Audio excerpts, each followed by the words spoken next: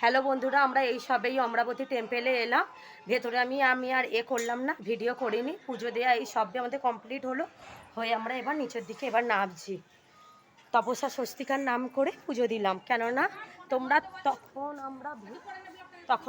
আমি তখন ভিডিও করিনি। আমার মা আর আমরা না এখানে একবার এসেছিলাম, তখন আমার মা মানত করেছিল আমার জন্য, যে আমার যেন একটা সুস্থভাবে যেন আমার সন্তান হয় বলে। আমার অনেক আশার জিনিস, আমার দুটো সন্তান হয়েছে, তোমরা তো সবাই জানো। ওই জন্য ওর নাম করে পুজো দিতে এসেছিলাম, মানে এমনি বেড়াতেও এসছে, পুজোও দেওয়া হয়ে গেল। ওরা দুজনেই সুস্থভাবে পুজো দিয়েছে। পুজো দিয়ে আর এই আমরা নিচের দিকে নামছি। চলো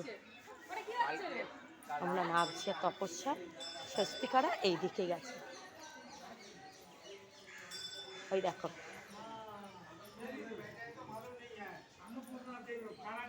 এই দেখো, চলো কি বলছে তপস্যার বাবা।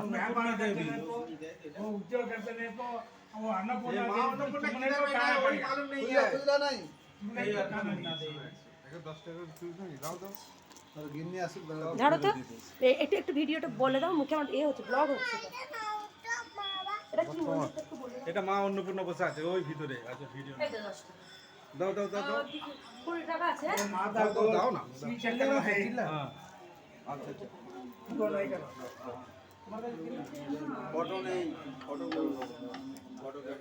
আমার মা স্বস্তিকা তপস্যা, স্বস্তিকা তপস্যা। এখানে বলছে ভিডিওটা করা যাবে না, আমি একটু বাইরে গিয়ে কথা বলছি তোমাদের সঙ্গে।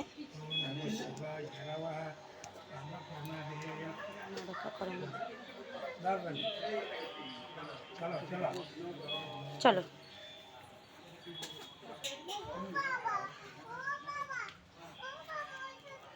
চলো, ভেতরে অন্নপূর্ণা মন্দির ছিল, ঘুরলাম, ঘুরে আর এইটা আছে।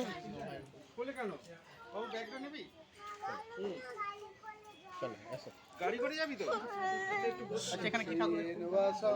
অন্নপূর্ণা ঠাকুর আছে, চলো দেখি। চলো দেখি অন্নপূর্ণা ঠাকুর আছে। আচ্ছা এসো, আমার হাতে দিতে হবে।